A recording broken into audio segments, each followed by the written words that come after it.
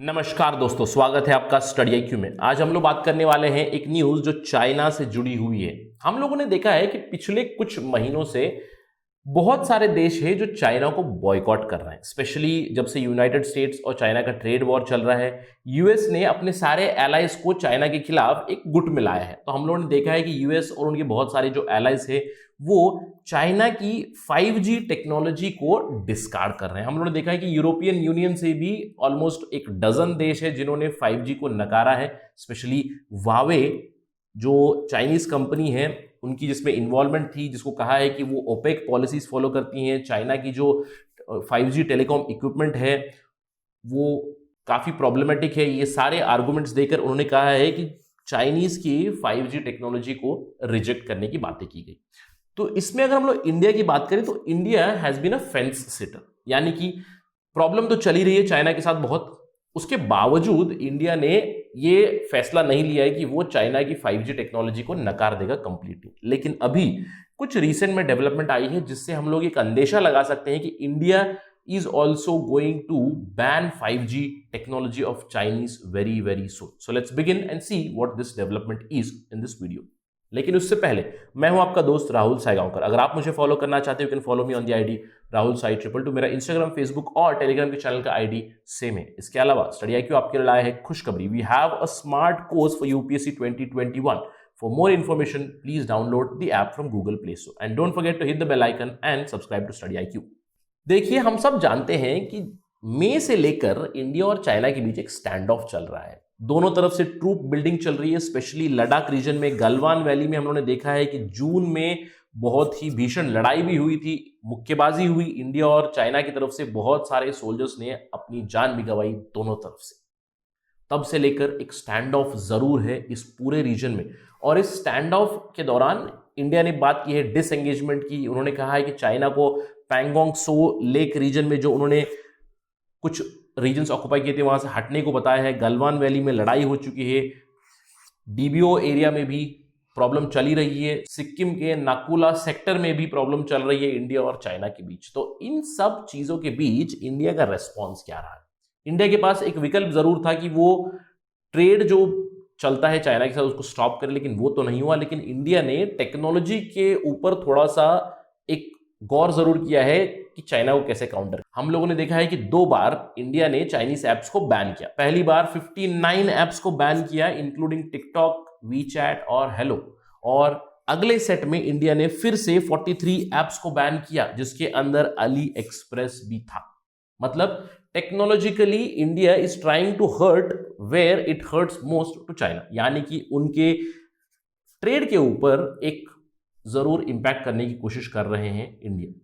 लेकिन अगर हम लोग बात करें, क्या इंडिया ही है इस चीज में? नहीं, इंडिया ही नहीं, लेकिन चाइना के खिलाफ पूरे विश्व में एक रवैया जरूर बन चुका है, स्पेशली उनकी 5G टेक्नोलॉजी को लेकर। ऑल्दो कुछ देश हैं जो फेंस सिटर्स रहे, कुछ देश है जो सपोर्टर्स है। मैं कह सकता हूं कि जैसे रशिया है, most probably they are going to support China. Pakistan है, they might also support China. लेकिन बहुत सारे देश हैं जिन्होंने ऑलरेडी 5G को बैन कर रखा है। अगर आप देखें, यूएस ने बैन कर रखा है, Australia, Japan, New Zealand, European union में यूके, और ये जो पिंक आपको दिख रहा है कि वो जो फेंस पे थे, जैसे कि जर्मनी, फ्रांस, इटली, बहुत सारे कंट्रीज ने भी शुरुआत की है बैन करने की 5G टेक्नोलॉजी जो चाइना की है।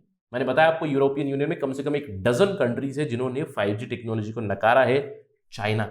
तो इसकी वजह से अब क्लीन टेक्नोलॉजी की बातें चल रही है, क्लीन नेटवर्क की बातें चल रही है, डेमोक्रेसी एक अलायंस की बातें चल रही है जो मिलकर 5G को इंप्लीमेंट करेंगे। 5G probably in future 6G also. और अगर हम लोग यहाँ पे इंडिया को देखें, India is also a fence sitter, मतलब वेट एंड वॉच पॉलिसी हम लोग फॉलो कर रहे हैं। और कुछ देश हैं जिन्होंने एक्सेप्ट कर लिया, जैसे कि कुछ कंट्रीज है in terms of accepting 5G technology, जैसे कि अफ्रीकन कंट्रीज, कुछ central Asian, west Asian countries है, उन्होंने इसको एक्सेप्ट किया है। तो बहुत कम कंट्रीज है जिन्होंने 5G टेक्नोलॉजी चाइना की जो वावे लीड करता है उसको एक्सेप्ट किया, बाकी सब रिजेक्ट कर रहे हैं। इंडिया फेंस पे था। लेकिन अभी कुछ ऐसे डेवलपमेंट आई है जिसके चलते हम लोग कह सकते हैं कि इंडिया ने एक कदम उठा लिया है चाइना की 5G टेक्नोलॉजी को बैन करने की तरफ।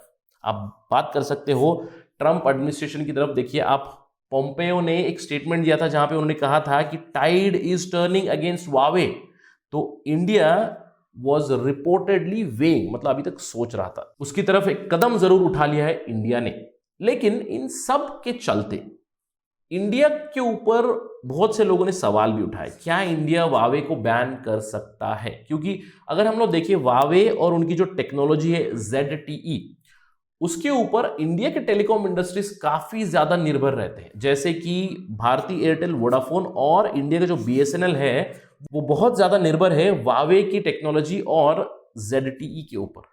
तो इन सब के चलते सवाल जरूर उठ रहा था कि क्या इंडिया अभी भी फेंस पे बैठेगा। लेकिन इसका जवाब हम लोग देख सकते हैं कि रिसेंटली इंडियन कैबिनेट ने एक नया सिक्योरिटी डायरेक्टिव लाया है टेलीकॉम सेक्टर के लिए, और इस सेक्टर के तहत सरकार ने यह कहा है कि अभी जो टेलीकॉम कंपनीज रहेगी उनके लिए एक सर्टिफिकेशन अभी अनिवार्य रहेगा उनके इक्विपमेंट के लिए, ताकि वो हमारे देश के ऊपर एक सिक्योरिटी रिस्क ना बने। यानी कि अभी एयरटेल, वोडाफोन, जो भी इंडिया में टेलीकॉम कंपनी से, उनको जो भी इक्विपमेंट वो लाएंगे 5G को इंप्लीमेंट करने के लिए, उसके लिए सरकार की तरफ से सर्टिफिकेशन की जरूरत होगी।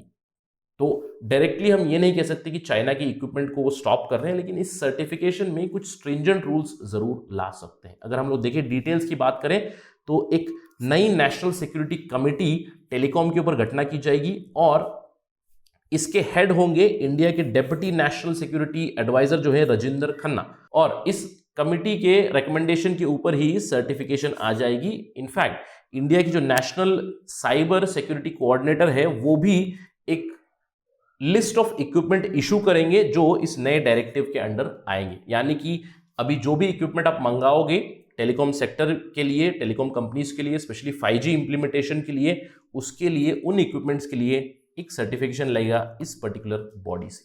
तो ये एक कदम जरूर है कि अगर इस सर्टिफिकेशन में और भी रूल्स एंड रेगुलेशंस आ जाएंगे जिससे कि चाइना की जो 5G टेक्नोलॉजी है, उनकी इक्विपमेंट है, उसको अगर रोकने की इंडिया इच्छा करेगा तो आराम से रोक सकता है आगे चलकर। Meaning this is going to open the ground for an effective ban on the Chinese equipment. तो क्या विकल्प रह जाएगा अगर इंडिया बैन करेगा? First of all, will India ban Chinese 5G? The question mark still remains. So everybody is talking about a new strategy for 5G without Huawei. अगर हम लोग बात करें टेक्नोलॉजिकल लेवल पे, ऑलरेडी एक टेक्नोलॉजिकल अलायंस हो चुका है अगेंस्ट वावे। वर्ल्ड लेवल पे बहुत सारे डेवलप्ड कंट्रीज के जो कंपनीज है वो ऑलरेडी आ चुके हैं क्लीन 5G, क्लीन नेटवर्क के ऊपर। वावे के बिना हम लोग 5G इंप्लीमेंट करेंगे, ये ऑलरेडी कंपनीज ने कहा है।